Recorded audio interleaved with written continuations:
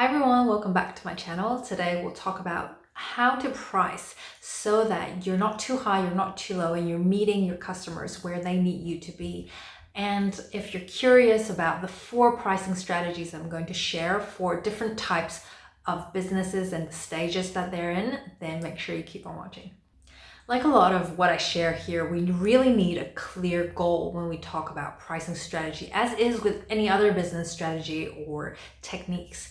There needs to be a goal, and the goal here is to make a profit for pricing.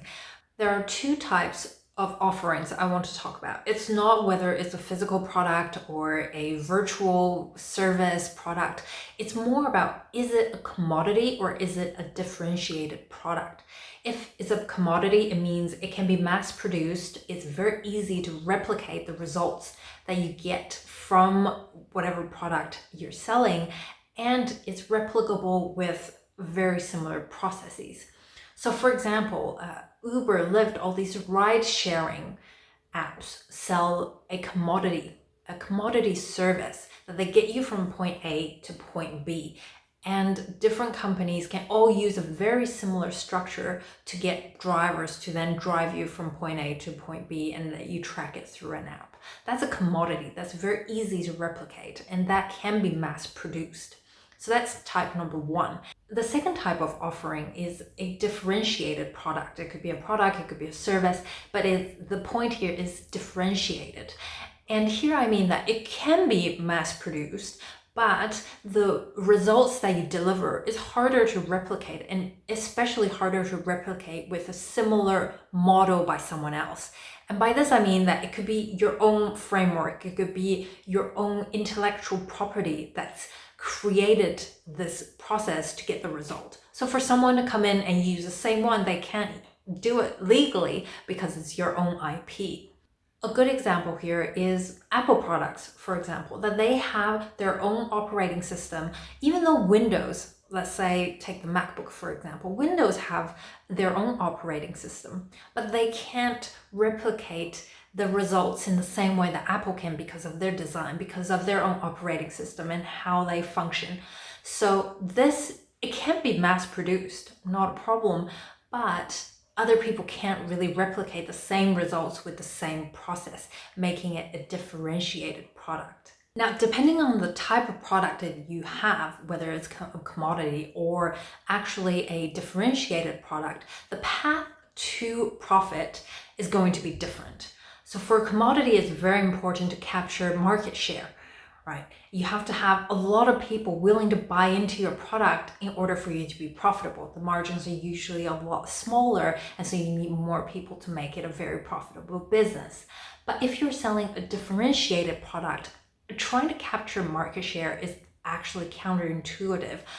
And I'll show you just with a very simple example. Let's take that MacBook back, for example. It only captures 7% of the global personal computer market. Only 7%. The rest are all by some sort of Microsoft run PCs or Linux in some cases. So the point here is that even though it only captures 7% of the market share, its profitability is actually 7 times that of an HP computer. So for HP to make the same amount of money as Apple does, they need to sell 7 computers, their 7 laptops, in order to get the same profit as 1 MacBook. And the price differential there is around 40%. So you see that actually going after market share when you have a differentiated product is not the way to go. Now let's talk about the 4 strategies and go one step deeper into what your product actually offers. And I really want to focus on the results here, because people buy results. They're not buying your product. They are buying the change that you're going to deliver. It doesn't matter what you sell, right? People buy it because it makes a change in their life. So make sure we're focusing in on the results. And here, depending on the strategies, the demand and supply for that result is going to be different. So let's talk about the first one. The first one is a competitive pricing strategy. So as the name suggests, it's a very competitive market that you're in, meaning that the demand and supply of the results that you can deliver, other people can also deliver. That a lot of people are looking for that result, and a lot of people are giving it to them. And that makes it very competitive, and it makes sense for you to price yourself within the market so that people, when they are shopping for price, which they will be, you don't price yourself out of the market. A lot of products and services fall into this competitive pricing strategy because there are many people able to provide very similar results in very similar ways. So this could be, things that we see at the supermarket or at mass retailers, clothes, shoes, all of these things. A lot of them are very similar. So they're priced more or less the same, within the same range. This is the same for services. For example, family doctor appointments. They're usually around the same price because a lot of people provide this. But if they've got a specialty, that's different. That'll give them a different pricing strategy because they have something else that other people can't offer. This is the same for fitness, for example. Gyms usually charge very similar pricing for the things that they offer. PTs, usually the same, unless they've got something that differentiates them. So if you don't have that differentiating factor that's strong enough so that you don't have that many competitors, then this strategy is the one for you to price with your competitors. And that's why I always suggest to my clients as well is that make sure you do differentiate yourself and make sure you let the consumer know how you are different. That's how you're going to be able to open them up to the price that you should be charging. And we'll talk about this later on, but just remember that if it's very hard to differentiate yourself, you'll have to fit within the band that most consumers are comfortable with for getting the type of results that you deliver. The second type of pricing strategy for a very competitive environment is dynamic pricing. And you've probably seen this with Amazon, is that they shift the price here and there, sometimes 70 times for the same product in 1 year. And it's because the demand and the supply fluctuates. So if you are operating in a system where there is fluctuation in lots of indicators like your demand, your supply, your competitors' actions, the inventory, who you're selling to, different willingness to pay by different customer segments, all of these things, and nothing is really set in stone, then dynamic pricing is for you. We see this in the hotel industry, in airlines, as well as, with Amazon, and increasingly with more B2B customers. Maybe in one market, people are willing to pay a lot more than in another market that is just growing. So these are all of the things that to take into consideration if that's the environment that you operate in. And to be a pricing leader, you'll have to be very quick to react to the different types of indicators and make sure that your price reflects it so that you take advantage of that situation at that particular time. The third type of pricing is value-based pricing. So here it's really where there's a lot of demand for the type of results that you bring, but the supply is limited.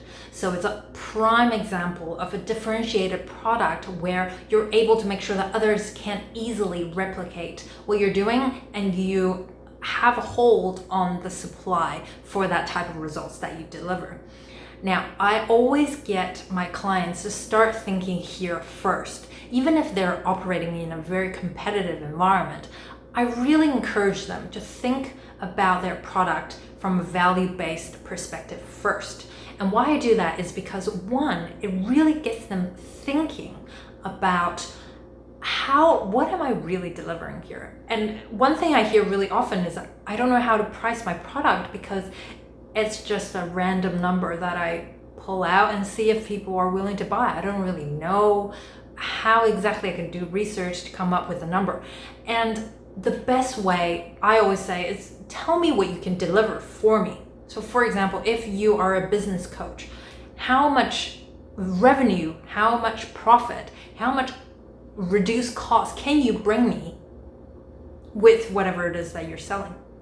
Like, for example, if you can bring me one client after 1 hour working with you, and my one client is worth, let's say, $1,000, then I'm probably willing to pay you somewhere under $1,000 for it to make sense for me, right? So that's how you come up with a number that makes sense, is through understanding what exactly you're delivering them. And sometimes maybe it's not exactly a numerical value. Maybe it's you help people lose weight and they feel confident in them. Then think about how much are people willing to do that. A lot of people buy beautiful clothes in order to feel confident, right? Having a branded, let's say a Chanel sunglasses make me feel confident. And that's, hundreds of dollars. So think about it in that way and try to extrapolate. If I help this person become healthier, become more confident, and overall grow their self-esteem, what is that worth to someone? And then you can think about the price that you want to charge. I want to address a cognitive bias here. Leave a comment down below. Have you ever bought Advil over ibuprofen? Have you bought a branded drug over a generic, even though the pharmacological effect is exactly the same? Have you thought that, I think I trust the branded version more? Leave a comment down below and let me know, because I have definitely done that. And that's our pricing bias, something we automatically assume when we see a higher price. And we assume there's a reason that it's more expensive. It's because it's of a higher quality. And this comes into play in two ways. One, that if your price really is placed above the band of the competitor, people will assume most of the time that there's a reason for that. And hopefully there is a reason for that and you are able to differentiate yourself, and that's why you're pricing it at that price. We're talking about, honest businesses who are not there to scam other people. So there's one indication from the consumer that they actually trust you more because you charge more, and they know that whatever their problem is, whatever that result they're looking for is worth more than just, let's say $10 of an ebook, right? That actually they need to commit $1,000 to make sure they get that body they want, or they get that business on track. So that's number one. It's an indication to the customer that you know what you're doing. And number two is that actually the consumer becomes more motivated when they pay money. And this is actually a very interesting technique that some company uses, especially in places where accountability is very important. Like if you're learning a new language, or if you're trying to lose weight, or if you're trying to improve some sort of skill that requires a lot of practice, that they actually price themselves very high, so that because you've spent all that money, you think, okay, this time I'm going to commit and I'm going to get better. So actually it helps the consumer get the results that they want by pushing them to do their part of the work as well. So pricing is really not thinking about, okay, how cheap can I really go? With value pricing, the thing is to think about what kind of results am I really delivering? And that, at the end of the day, is really what selling is about, right? Like we're selling something because we're helping someone bring a change into their life. So even if you're operating in a very competitive market, I really encourage you to start thinking here and really think about, what am I actually selling? Because sometimes you'll realize, most time, you will realize that you're actually bringing in something that differentiates you from the rest of the competition, and actually they cannot give the same results in the same way that you can. So that's pricing strategy number 3, value-based pricing. Now, the fourth pricing strategy is cost plus. And I think a lot of people are very familiar with this because actually it's the easiest pricing strategy to use. All you have to do is calculate your cost and then add a margin on top of it.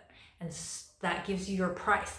A lot of people feel like this is a very comfortable and very logical way of pricing because, it makes sense, right? That's your cost. You add the margin and that's the profit that you'll get, more or less, right? But the only thing I would like to talk about is that it doesn't take into account demand and supply. It doesn't take into account how competitive it is or what you're offering. If you're really good and really efficient at offering your result, you might be pricing too low, right? Maybe it only takes you, let's say, 2 sessions to get someone to lose that weight, right? But it takes 10 sessions for most coaches to help people lose weight. then you're only calculating that price for your 2 sessions. And you're losing out on this huge amount of benefit that you're giving someone, and you can price a lot higher, for example. So this really misses a very important component, which is, what does the consumer want? What are they looking for, and how can you bring that into the equation? So cost plus is very easy, and I think it's a good place to start to know at least, where your costs are, so you know how to price above that. But beyond that, I would really recommend combining it with another pricing strategy so you can take into account what the customers want, how many people want it, how much the supply is there, right? Think about the demand and supply, because that's really going to help you make sure that your business is sustainable in the long run by taking into the basics of market demand and supply into your pricing strategy.